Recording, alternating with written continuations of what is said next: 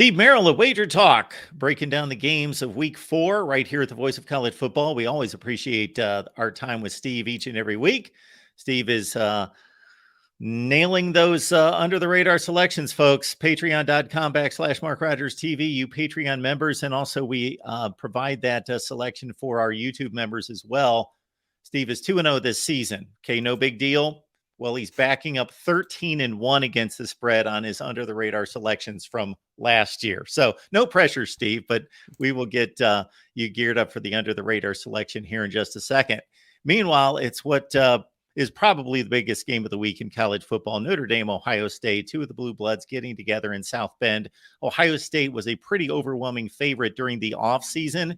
That number has dwindled down to 3 on the road at Notre Dame. Yeah, something we don't talk about a lot, but the look-ahead line this summer, I saw Ohio State as high as a 7-point favorite this summer. So the line is lower than it was projected to be, and that's because Notre Dame's looked pretty good. And like you said, Mark, this is most likely the biggest game of the week. We also did a preview, by the way, for the Colorado-Oregon game, so check that one out as well. That's obviously a high-profile game, but that's a 21-point spread. This is a 3-point spread, so obviously this is the most competitive high-profile game of the week. And I do think we will see an upset here, not just from a ranking, but also from a point spread perspective. I do a 10,000 database simulation. Average victory is Ohio State by about 1.5 to 2 points. So the line is a little high at 3, and that's only about a point of line value, but 3, of course, is the most key number in all of sports betting when we're talking about football.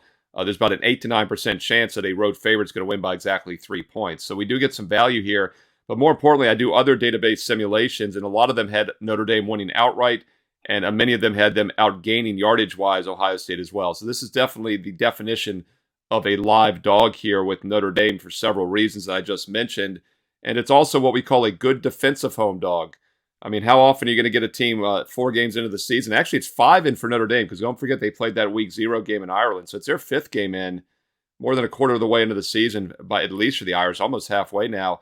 And this is a home dog that's allowing less than 12 points a game and just 3.8 yards per play.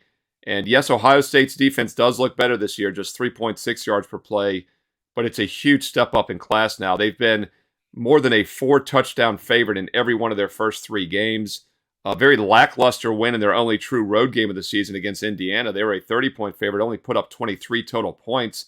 And then they followed it up the next week at home, their opener against Youngstown, 45-point favorite. They only scored 35. So Ohio State has scored below the point spread by a touchdown or more in 2 of their 3 games this year.